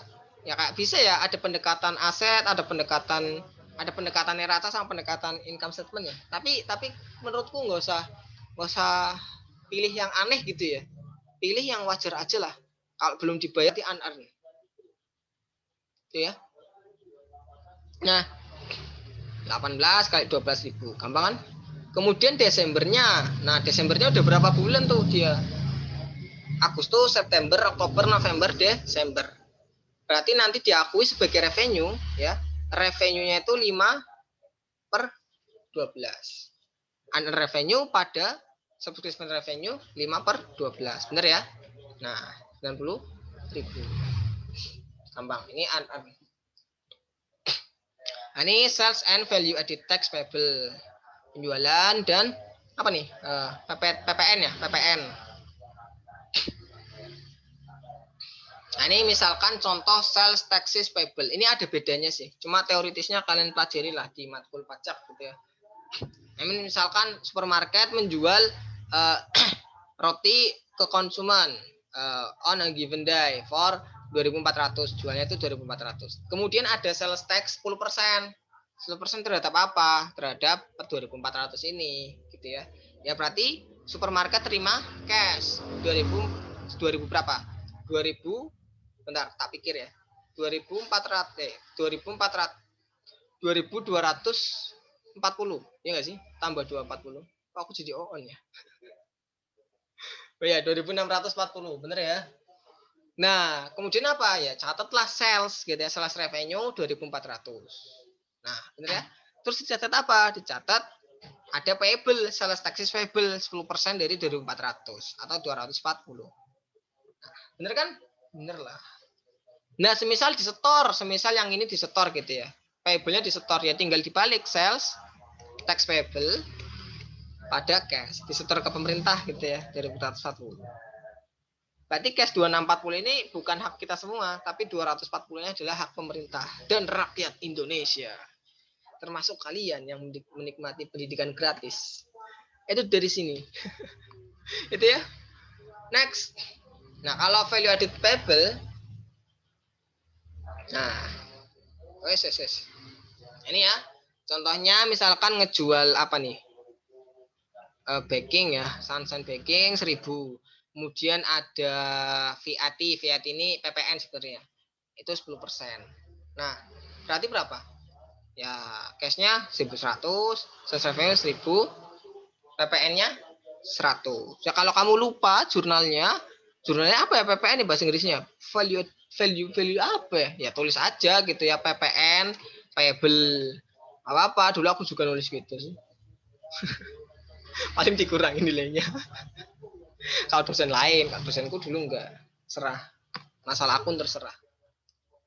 Nah, ini yang perlu dibedakan nih, ini perlu dibedakan. Misalnya ini 2000 gitu ya. Assuming VAT 10%, ya sama ya. Cash 2.200, sales revenue 2.000, VAT 200. Nah, gini ya.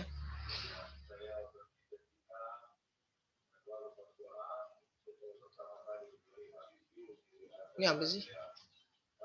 Oh, ini berkaitan teoritisnya sih. Teoritis PPN-nya. Nanti kalian belajar aja lah di pajak lah. Nggak keluar kok di akuntansi. Income tax payable. Nggak ada penjelasannya. Ini paham lah ya. Kalau pas ngejurnal income tax expense pada income tax payable. Biasanya diketahui di soal angkanya berapa. Tinggal kalian jurnal aja. Gitu ya.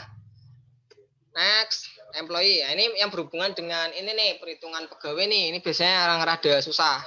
Aku salah di sini nih dulu waktu UTS, praktik KKM. Untung A. Untung masih A gitu. Employee related liability. Ini misalkan untuk mencatat salaries and wages, ya.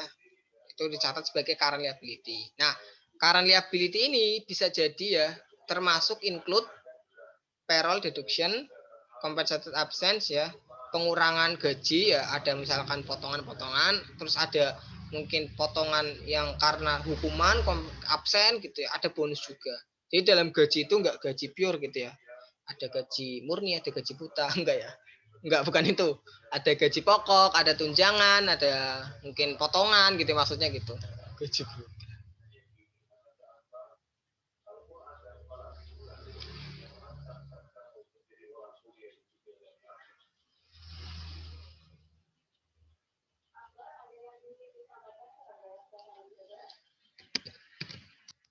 Bentar ya.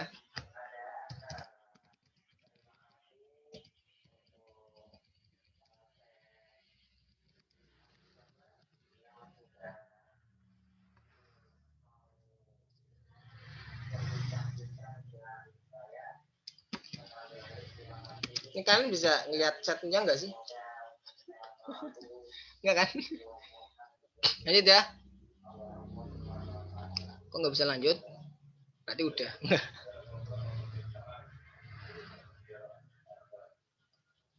Oke, ini contohnya nih. Contoh payroll deduction, contoh pengurangan. Ya, deduksi si gaji gitu ya. Ini misalkan ada social security tax. Nah, pajak untuk keamanan, pajak keamanan sosial. Kemudian ada income tax withholding. Ini ada perbedaan ya, ada perbedaan. Ini makanya yang bikin ribet sih. Makanya malas waktu kemarin nggak belajar ini ternyata keluar. Kayaknya tahun ini nggak keluar deh. belajar aja. Nah, ini ya, ada income tax withholding. Nah, misalkan social security tax. Nah, misalkan untuk kepentingan union. Union ini semacam serikat buruh ya. Nah, misalkan yang membayar, ini dibedakan ya. Yang bayar itu misalkan employee atau employer. Nah, itu beda. Employee itu apa ya? Employee itu pegawai ya. Kalau employer yang mempekerjakan atau gimana? Suka kebalik-balik kalau bahasa Inggris. Ada yang tahu nggak? Yang pegawai yang mana ya? Employee apa employer? Employee ya. Employee deh ya. Kalau pegawai itu employee, kalau employer itu perusahaan berarti ya. Ayo ini benar. Employer report this amount as liability until remitted. Ya nggak mungkin lah pegawai report gitu ya. Niat banget bikin laporan keuangan. Nah, ini langsung ke jurnalnya aja deh biar kalian paham. Nah, ini nih misalkan nih Misalkan ada gaji mingguan ya, itu 10.000. 10.000 ini dipotong termasuk 8% itu social security, terus ada tax withholding 1320 dan union 88. The company record the wages and salaries paid. Nah, employee payroll deduction dikurangi gitu ya. Expense yang kita akui berapa? Salaries expense-nya sebenarnya. Ya 10.000. Nah, cuma cash yang diterima sama pegawai berapa? Bukan 10.000. Kenapa? Karena ada potongan. Potongan sosial 8%. Oh, withholding dulu maunya. Maunya withholding dulu ya wes. Dituruti 1320. Terus ada sosial 8%. Ya, 8 kali 10.000. Kemudian ada union dues ya. Iuran buat sama iuran buat serikat buruh. Kenapa payable? Kenapa payable? Karena bukan uang perusahaan gitu ya. Tapi uangnya siapa? Uangnya sih union. Union ini serikat buruh. Biasanya ada gitu ya, iuran untuk serikat buruh. Kemudian cash-nya sisanya. Jadi expense yang diakui sama si perusahaan itu ini. Nah, tapi ya cash yang diterima sama pegawai itu ini. Kenapa? Karena 1320 itu sebagai pajak ya, withholding yang PPh 21 ini contohnya. Withholding itu PPh 21. PPh 21. PPh 2 ya, potongan bener PPh 21 yang withholding sistem kan ada tuh Indonesia. Kemudian ada social security tax misalkan ya berkaitan dengan keamanan sosial, ada pajaknya, itu nanti bayar. Kemudian ada serikat buruh bayar. Ini payable semua bagi perusahaan. Ya. Oke. Nah, terus kalau misalkan udah dibayarin gitu ya. Ya nanti jadi seperti ini. Gimana nih maksudnya? Bentar.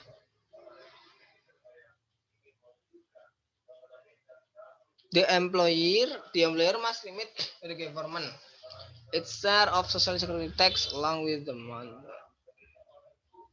Tadinya ngakuin apa sih? Tadinya diaku sebagai payable. Ini aku belum baca serius. Dadakan kayak tahu bulat. Nah ini ya. Jadi nanti di jurnal payroll tax expense 800 pada social security tax payable. Kenapa diakui seperti ini? Bentar, bedanya apa sih soalnya sih?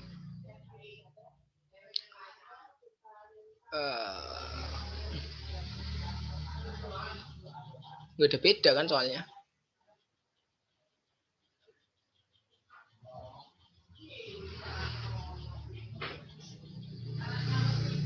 Employer payroll tax. Ada yang paham nggak? Nggak ada ya? Udah, nanti tak jelasin aja. Nah, ini nanti berhubungan lanjut dulu aja ya, tak skip dulu. Nah, ini berhubungan sama kompensasi absence. Nah, ini kemarin sempat keluar nih teori nih. Ya. Ada vested right, ada accumulated right. Kemudian ada non-accumulating right. Nah, ini compensated absent itu cuti maksudnya, sorry. Kelupaan aku. Compensated absent ini bukan bolos ya, tapi cuti. Sorry. Tak ralat di awal ya. Compensated absent ini cuti. Cuti yang emang udah dikompensasikan maksudnya gitu. Ya contohnya ada cuti libur, cuti sakit, cuti hamil. Yang hamil yang mana ya? Maternity atau paternity ya? Ya intinya itulah. Ini kan yang dipermasalahkan kan di UU Cipta Kerja nih. Intinya ada cuti. Nah, cuti ini itu nanti dibedakan. Ada vested right, ada accumulated right, ada non-accumulating right. Ya. Kalau vested tuh yang seperti apa? Vested tuh kayak pegawai tuh boleh dapat cuti ketika sudah mendapatkan haknya, sudah mendapatkan vested right-nya. Ini kalau di terjemahin ya, Bentar.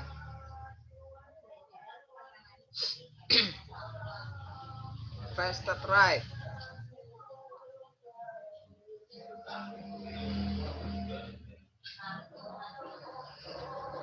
Azan dulu ya, 2 menit ya.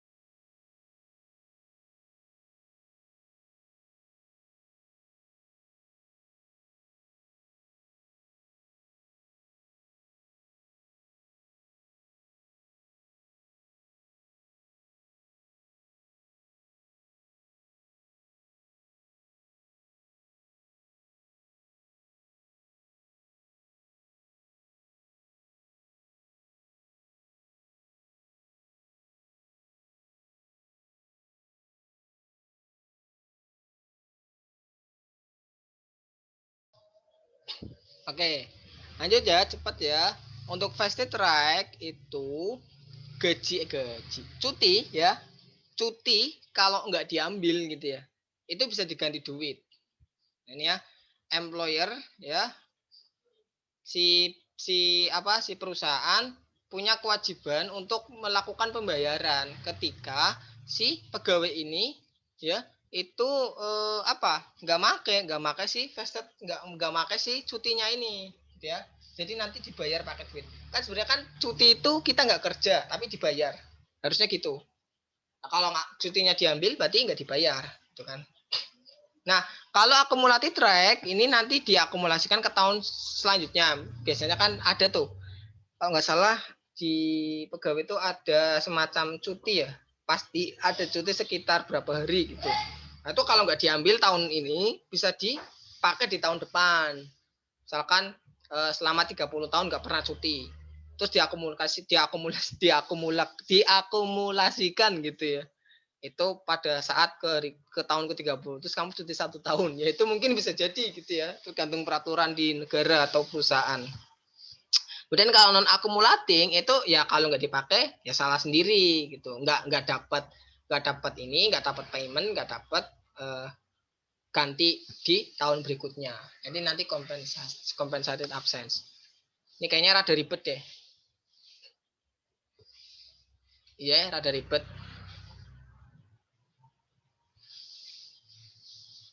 Oke, ini contohnya. Ini ya. Ini jadi ini ya, memulai operasi perusahaan itu pada 1 Januari 2019. Kemudian company itu mempunyai apa nih? Mempekerjakan 10 individu dan membayar 480 tiap minggunya. Nah, apa nih? Ada employees ya. Aku kalau bahasa Inggris suka mikir 2 kali. Pusing. Rate 20 unused vacation week. Ya, jadi ada berapa nih? Membayar 20. Ya, membayar 20 untuk libur yang tidak dipakai unused. Berarti kasusnya vested right gitu ya. In 2020 the employee used the vacation week but now they earn 540 per week. Jadi di tahun 2020 pegawai ini menggunakan liburnya, tapi sekarang gaji mereka itu 540. Nah, ini yang bikin ribet ini terus terang. Waktu kemarin juga tingkat 2 ribet. Jadi waktu tahun 2019 gajinya itu masih 480. Berarti kalau nggak dipakai, pakai tarif gajinya ya yang ini gitu ya. Nah, ketika tahun depannya tarif gajinya berubah. Nah, itu gimana tuh? Kan tarif penggajian kan nanti buat menjadi apa ya? Tolak ukur ngebayar apa nih? Unused vacation. Nah, itu nanti pusingnya di situ. Nanti deh ya. Nih ditelan mentah dulu aja. Mungkin barangkali next week bisa tak jelasin ulang. Nah, Amutron apa nih? Nah, ini di Desember 2019 itu ada salaries and wages expense pada salaries and wages payable. Ada apa? Ada apa nih? Semacam pengakuan akrual ya dari akumulasi vacation. Di kapan? Di tahun 2019 kan ada 20 yang tidak digunain. Berarti 20 dikalikan tarif gaji yang sekarang 2019. Berarti 480.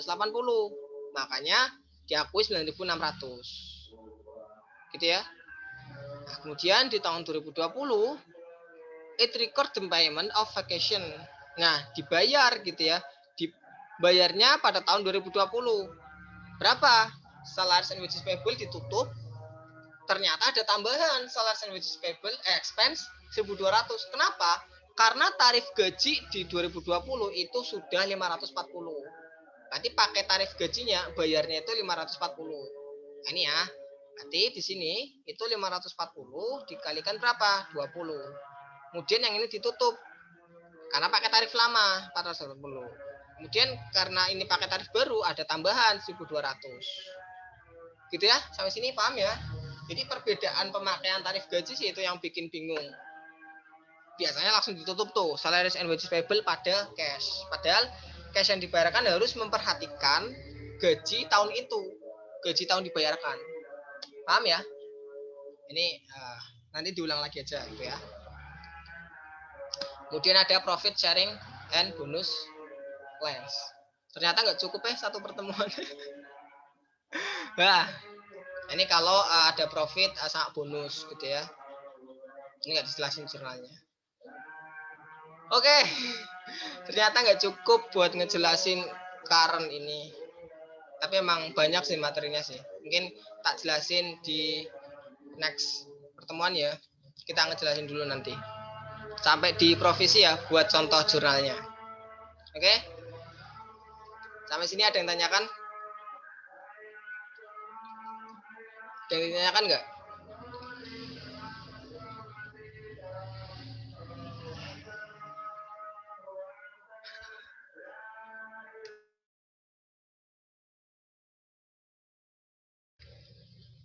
Oke, ada yang tanyakan nggak?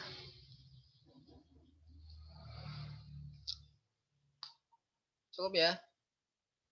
Nanti tak lengkapin deh modulnya, nanti tak kirim buat jurnal-jurnalnya, nanti coba kalian baca. Nanti kalau misalkan sempat tanyain aja. Kalau misalkan bingung tanyain aja. Kak, kok ini jurnalnya seperti ini gitu ya. Nanti tak jelasin di ya kapan lah gitu ya. Nanti bisa minggu depan. Niatnya sih gini. Niatnya tuh pengennya dimajuin gitu loh. Kalau menurut kalian gimana? Jadi jangan Sabtu Minggu. Kan sebenarnya kan lesnya Sabtu Minggu. Nanti dimajuin biar Sabtu Minggu tuh kalian fokus belajar sendiri. Cuma kayaknya susah deh kalau dimajuin.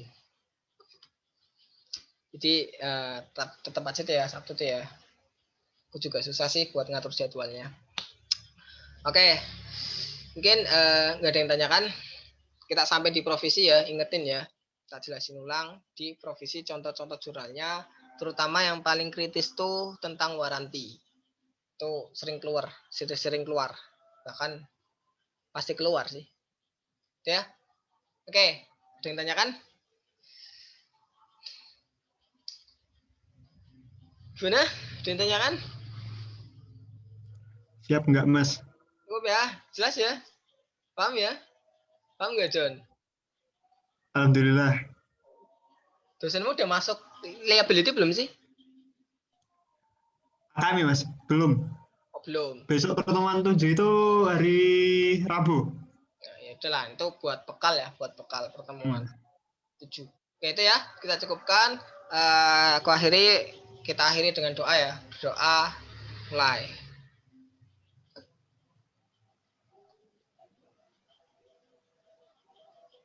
Doa selesai.